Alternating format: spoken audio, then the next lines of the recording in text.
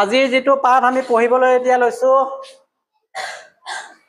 পাঠটোৰ মূল বিষয়বস্তু হৈছে ভাৰতৰ ৰাজনৈতিক দল।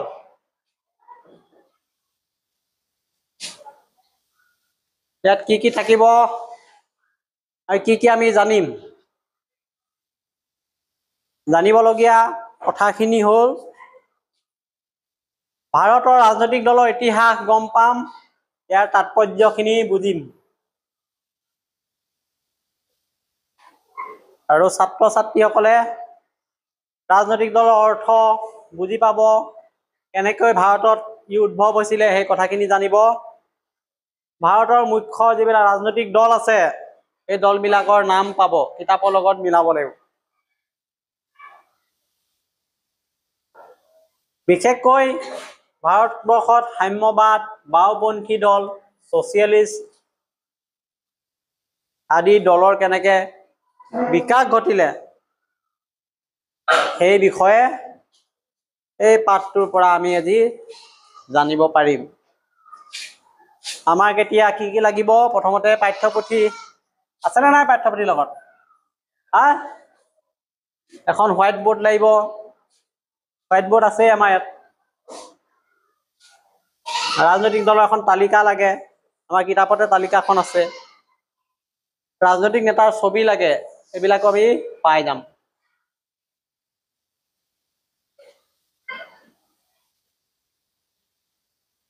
ইয়াত আমাৰ এইবিলাক প্ৰশ্ন মনলৈ আহিব যে ৰাজনৈতিক দলৰ বিষয়ে পঢ়িবলৈ লৈছো ভাৰতৰনো প্ৰথমটো ৰাজনৈতিক দল কি আছিলে, বা এই ৰাজনৈতিক দলবিলাকনো কিয় গঠন হ'ল, গঠন হোৱাৰ কাৰণে কিনো লাভ হ'ল, এইবিলাক কথা আমি এতিয়া পাম।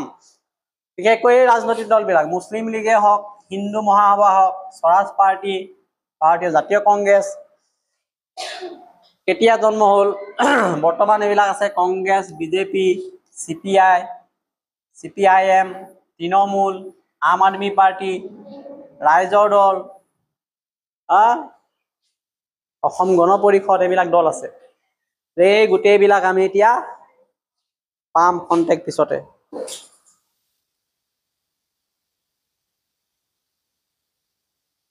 কিতাপৰ লগত মিলাব লাগে, প্ৰথম বাক্যটো মিলিছে নে নাই।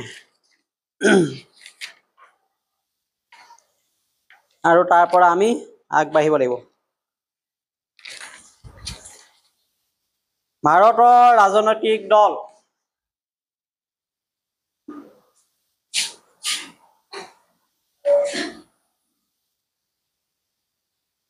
এই আৰম্ভ আছে। ভাৰতবৰ্ষৰ ৰাজনৈতিক দলৰ ইতিহাস বিচাৰিবলৈ গ'লে আমি উভতি যাব লাগিব 1885 চনলৈ। আছে নে নাই কথাটো? তাৰপিছত কৈছে এই চনতে কি হৈছিলে, ভাৰতৰ প্ৰথম ৰাজনৈতিক দল ভাৰতীয় জাতীয় কংগ্ৰেছৰ জন্ম হৈছিল। ভাৰতবৰ্ষৰ ৰাজনৈতিক দলৰ ইতিহাস জানিবলৈ তেতিয়া 1885 চনলৈ যাব লাগিব। সেই চনত কি হৈছিলে ক'লে, প্ৰথমটো ৰাজনৈতিক দল ভাৰতীয় জাতীয় কংগ্ৰেছৰ জন্ম হৈছিলে। কেনেকে জন্ম হ'ল ইয়াত দিছে, এজন অৱসৰপ্ৰাপ্ত ICS বিষয়া, নামটো দিছে এলেন অক্টেভিয়ান হিউমৰ নেতৃত্বত এই দলটোৱে জন্ম লাভ কৰিছিল। এই বিশেষ ব্যক্তিজনৰ নাম মনত ৰাখিব লাগিব। ভাৰতৰ প্ৰথমটো ৰাজনৈতিক দল জাতীয় কংগ্ৰেছ গঠন হোৱাৰ ক্ষেত্ৰত আগভাগ লৈছিলে তেতিয়াহ'লে ICS বিষয়া এলেন অক্টেভিয়ান হিউম। এই দেশৰ আছিলে প্ৰথমটো ৰাজনৈতিক দল হিচাপে পৰাধীন ভাৰতৰ জনগণৰ আশা আকাংক্ষাক প্ৰতিফলন কৰাৰ এটা প্ৰধান অনুষ্ঠান। এইডোখৰলৈকে আমি 4টা লাইন পালো। মূল কথাটো ইয়াৰ পৰা কি পালো?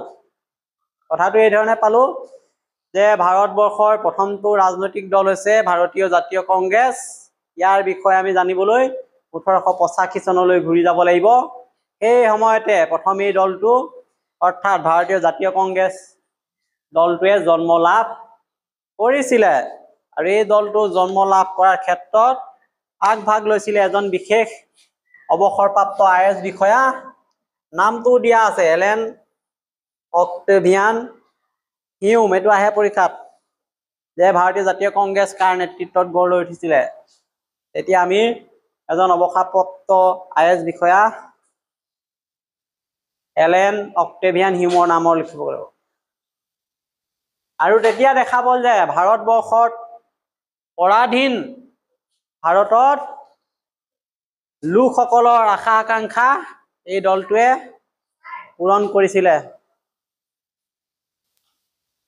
এতিয়া আমি পালো যে ভাৰতীয় জাতীয় কংগ্ৰেছ দলটো ভাৰতে স্বাধীনতা হোৱাৰ আগতেই গঠন হ'ল আৰু সেইকাৰণে ভাৰতীয় লোকৰ আশা আকাংক্ষাক প্ৰতিফলন কৰিছিলে আৰু সেইকাৰণে কি কোৱা হয় কংগ্ৰেছক প্ৰথমটো জাতীয় দল হিচাপে গণ্য কৰা হৈছিল এই ভাৰতীয় ৰাজনীতি ইতিহাসক এক বিশেষ স্থান দখল কৰে এই দখলকে নেক্সট আমি লাইন পঢ়িম এতিয়া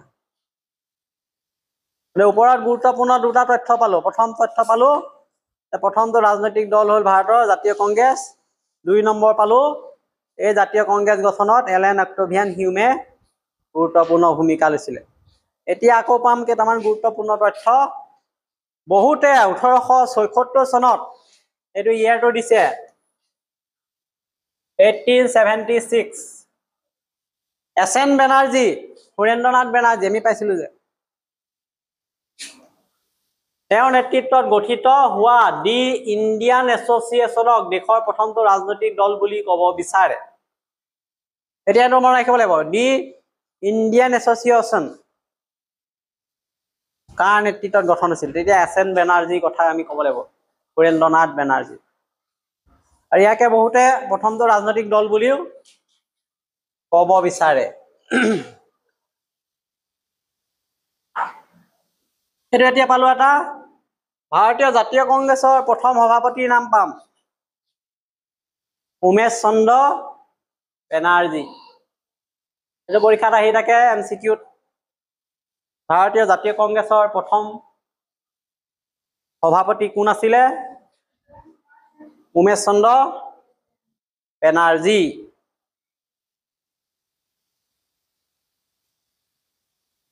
কোন আছিলে কৈছো উমেশ চন্দ্ৰ বেনাৰ্জী ভাৰতীয় জাতীয় কংগ্ৰেছৰ প্ৰথম সভাপতি আকৌ কৈ দিছো ভাৰতীয় জাতীয় কংগ্ৰেছৰ সভাপতি কোন আছিলে উমেশ চন্দ্ৰ বেনাৰ্জী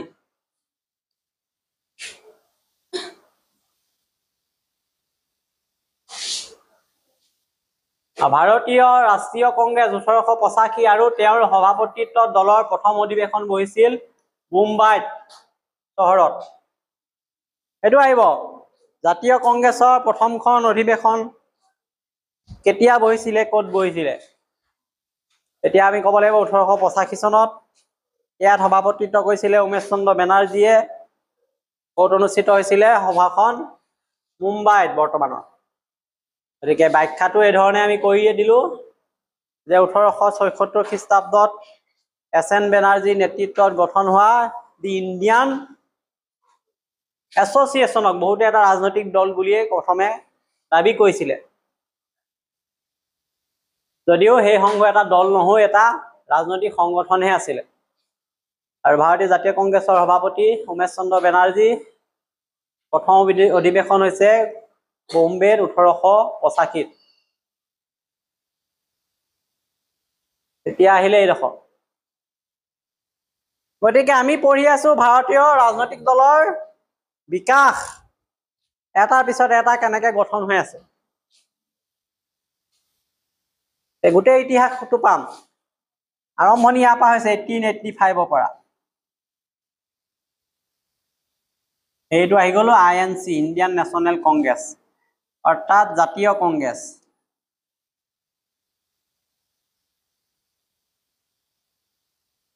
এতিয়া আহিব 1906 আৰু দ্বিতীয়টো ৰাজনৈতিক দল আহিব এতিয়া জাতীয় কংগ্ৰেছৰ পিছত 1906 চনত মুছলিম লীগ নামৰ দলটোৰ জন্ম হ'ল। এইটো দ্বিতীয় ৰাজনৈতিক দল। চনটো মনত ৰাখিব লাগিব। 1906 চন মুছলিম লীগ গঠন। তৃতীয় ৰাজনৈতিক দল আছিলে হিন্দু মহাসভা 1916 চন। গতিকে এইটো 1906 চন মুছলিম লীগ।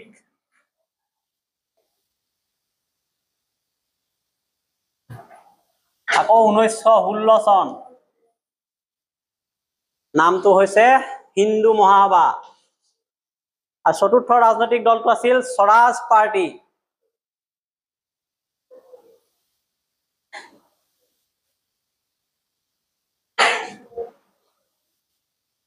প্ৰথম পালো জাতীয় কংগ্ৰেছ, দ্বিতীয় পালো মুছলিম লীগ, তৃতীয় পালো হিন্দু মহাসভা, 4 নম্বৰত পাইছো স্বৰাজ দল। স্বৰাজ দল কাৰ নেতৃত্বত গঠন হৈছিলে? এইটো 1922 চনত চিত্তৰঞ্জন দাস আৰু মতিলাল নেহেৰুৰ নেতৃত্বত জন্ম লোৱা এই দলটো ভাৰতীয় জাতীয় কংগ্ৰেছৰ লগত মিলি যায় স্বৰাজ দলটো। এইটো 5 নম্বৰ দল আছিল।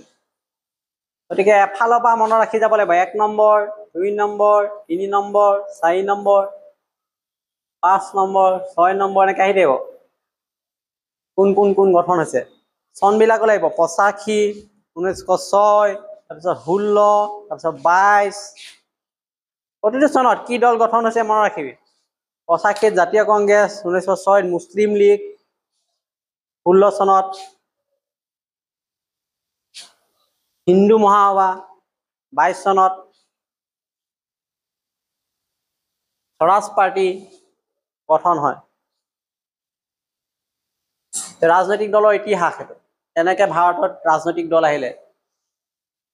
গতিকে এটা মূল কথা, চনবিলাক MCQত লাগিব, ব্যাখ্যা কৰোঁতে লাগিব, যুক্তিপূৰ্ণ বিচাৰ কৰোঁতে লাগিব।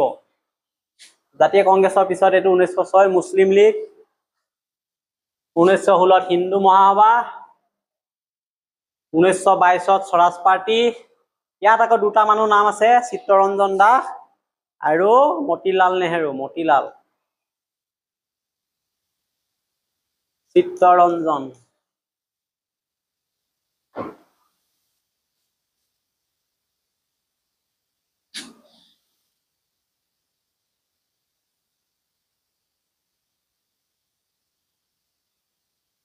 এইবিলাক সাধাৰণ ৰাজনৈতিক দল আছিলে। সাধাৰণ আদৰ্শক, জনসাধাৰণৰ আদৰ্শক প্ৰতিনিধিত্ব কৰিছিলে।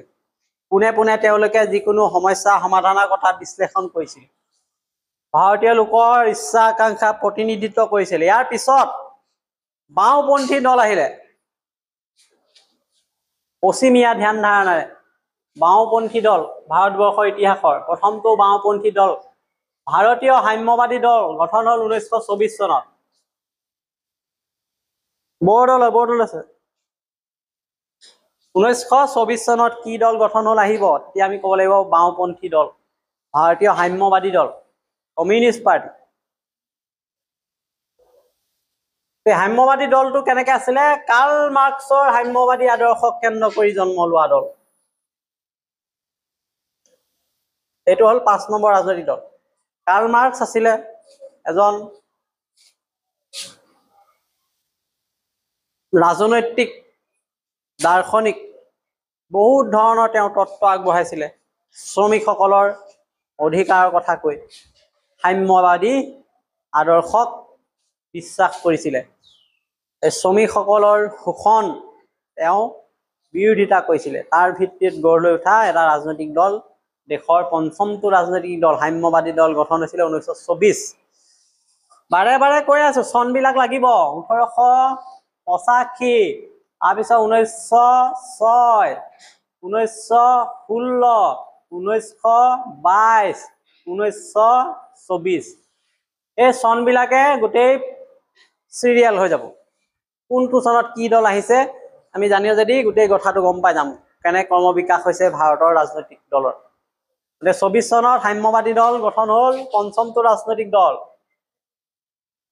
আৰু 1938 চনত ভাৰতীয় জাতীয় কংগ্ৰেছৰ মাজতে ছচিয়েলিষ্ট ফৰাম নামৰ এটা সাম্যবাদী আদৰ্শ গোটে গঢ় লৈ উঠিছিল। আৰু ইয়াৰ পিছত সমাজবাদী দল নাম পালে। গতিকে 1938 চনৰ পিছত সমাজবাদী দলে আত্মপ্ৰকাশ ঘটালে। গতিকে ইয়াৰ পৰা এটা কথা জানিলো যে 1924 চনত ভাৰতীয় সাম্যবাদী দল গঠন হোৱাৰ পিছত এইটো পঞ্চমটো ৰাজনৈতিক দল আছিলে আৰু প্ৰথমটো বাওঁপন্থী দল আছিল।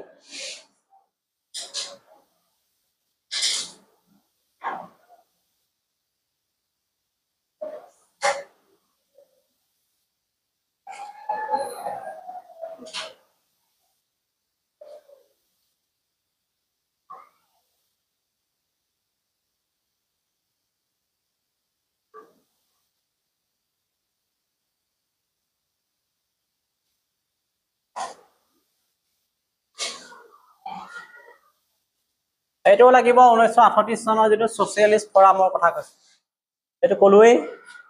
এই পিছত ই সমাজবাদী দললৈ পৰিচিত হৈছিল। এইটো দেশৰ স্বাধীনতাৰ আগৰ কথা কৈ আছে। এই ভাৰতবৰ্ষই স্বাধীনতা লাভ কৰিলে 1947 চনত আৰু স্বাধীনতা লাভ কৰাৰ পিছৰ পৰা আকৌ ৰাজনৈতিক দল গঠনৰ কিছু প্ৰক্ৰিয়া আৰম্ভ হ'ল। প্ৰথমটো স্বাধীনতা লাভ কৰাৰ পিছত যিটো নিৰ্বাচন হৈছিল, সাধাৰণ নিৰ্বাচন 1952, এই চনটো মনত ৰাখিম। 1952 চনত দেশত প্ৰথমটো নিৰ্বাচন হৈছে স্বাধীন ভাৰতত নিৰ্বাচন।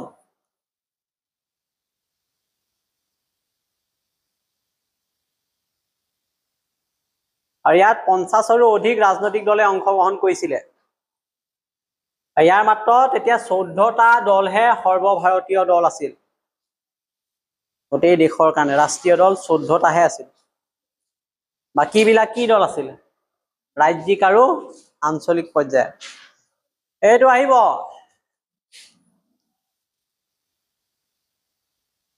যে প্ৰথম সাধাৰণ নিৰ্বাচনত কিমানটা ৰাষ্ট্ৰীয় দলে অংশগ্ৰহণ কৰিছিলে। এতিয়া 14টাৰ কথা কম।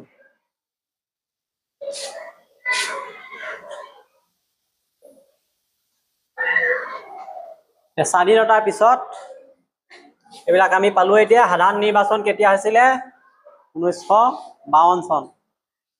কিমান ৰাজনৈতিক দলে অংশগ্ৰহণ কৰিছিলে? ৰাষ্ট্ৰীয় 14টাই।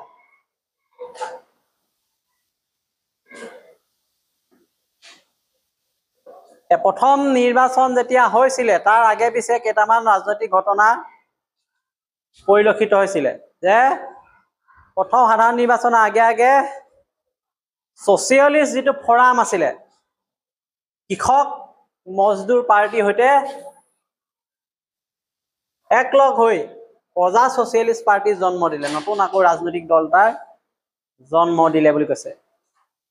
গতিকে ক্ৰমান্বয়ে দেখা গ'ল ভাৰতৰ ৰাজনৈতিক দৃশ্যপটত উদ্ভৱ হোৱা আনবোৰ দল এই ধৰণে আমি ক'ব পাৰো।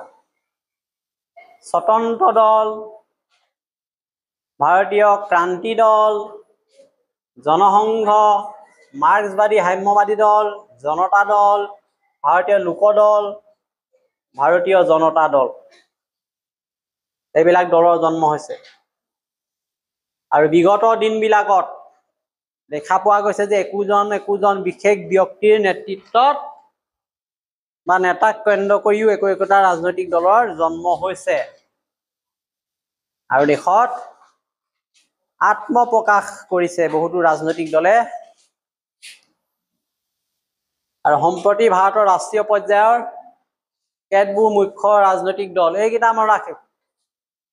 পৰীক্ষাত আহে যে কেইটামান 4টা লিখিবলৈ আহে ৰাষ্ট্ৰীয় ৰাজনৈতিক দলৰ নাম লিখা, তেতিয়া এইকেইটা: ভাৰতীয় জাতীয় কংগ্ৰেছ, ভাৰতীয় জনতা পাৰ্টি, ভাৰতীয় কমিউনিষ্ট পাৰ্টি, ভাৰতীয় কমিউনিষ্ট পাৰ্টি, মাৰ্ক্সবাদী, তৃণমূল কংগ্ৰেছ, আম আদমি পাৰ্টি, এইবিলাক ৰাষ্ট্ৰীয় পৰ্যায়ৰ দল। গোটেই ৰাষ্ট্ৰতে ইয়াৰ শাখা প্ৰশাখা আছে বা এইবিলাকে দেশৰ ৰাজনীতিত সক্ৰিয়ভাৱে অংশগ্ৰহণ কৰি আছে।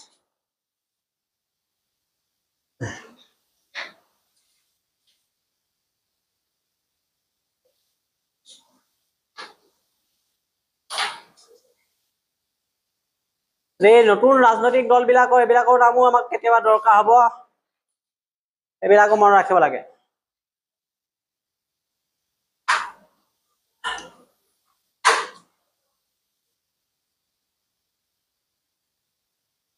আমাৰ আলোচনা আজি এইখিনিলৈকে আছিলে। ভাৰতীয় ৰাজনৈতিক দলৰ ক্ৰম বিকাশ আৰু ভিন্ন ৰাজনৈতিক দলৰ জন্মৰ ইতিহাস। ইয়াৰ ভিতৰত বহুতো প্ৰশ্ন উত্থাপন হ'ব। এই প্ৰশ্নবিলাকো আমি ভালকে চোৱা চিতা কৰিব লাগিব।